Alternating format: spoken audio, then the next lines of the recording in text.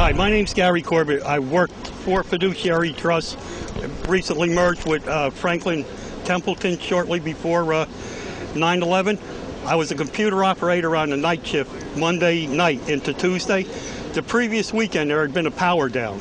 When the power was turned on, there was a lot of problems for all companies within the complex who had computer systems, simply because the mainframes weren't talking to the servers, to the front-end servers, and vice versa. And what made the day really tragic is you had a lot of the technical people, data processing types, coming in early, who wouldn't have been there till 9 or 10 o'clock. They were brought in early, and then you had the admin types coming in because, you know, the trial balances and the books weren't complete. The reason I stopped, I saw the sign, 9/11 was an inside job. Again, because of the power down, there was a complete breakdown of security that weekend. I was working on the 97th floor, and supposedly, you know, Fiduciary had a vault where there was gold, some kind of agreement with J.P. Morgan, or, you know, something someone of my level wouldn't understand. We had guided tours coming into secured areas by mistake, and nobody picking it up because there's no intrusion alarms or anything else. And the one thing besides the loss of coworkers that day that I'll never forget, the CEO or whatever she was, Ann Tatlock, just happened to be out of town, and, you know, within moments after the collapse, you know, made the statement to the stockholders and the other people that we lost a lot of people, but don't worry about them, they were only clerks. And that's the thing that'll stick with me. Thank you. Any questions? Or? Yeah.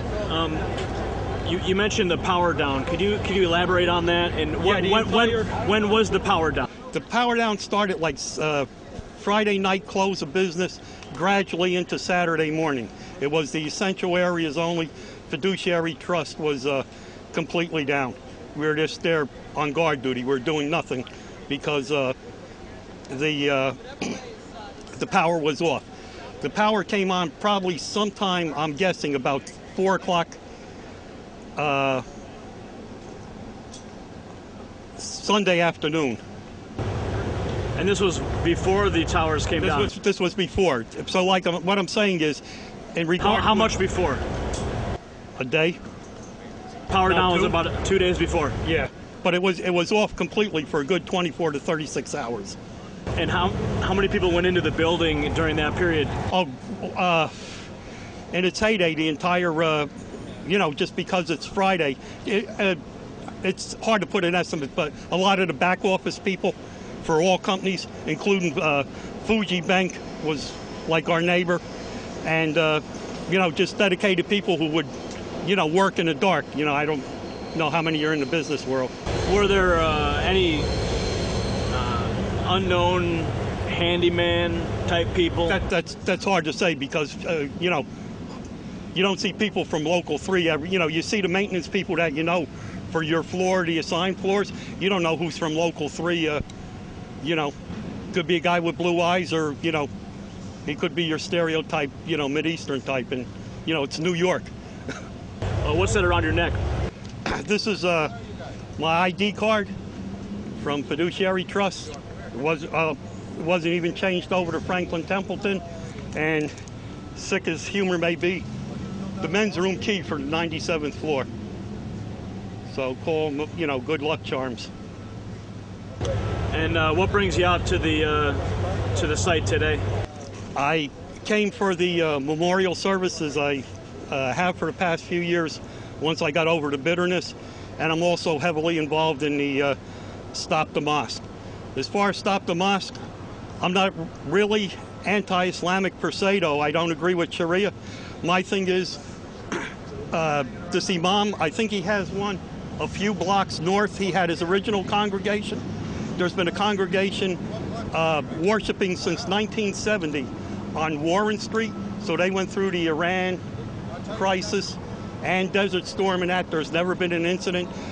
I personally feel that this is in keeping with Islamic history of building a shrine or trophy near a victorious battleground. Now, where were you on 9/11 exactly? 9/11, I was on a break.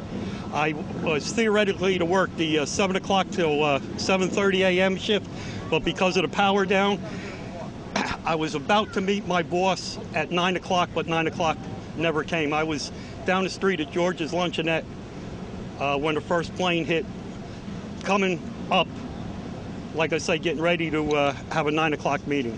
Now, did you, when the first plane hit and the second plane, did you actually see the towers on flame? Yes. And what did you see?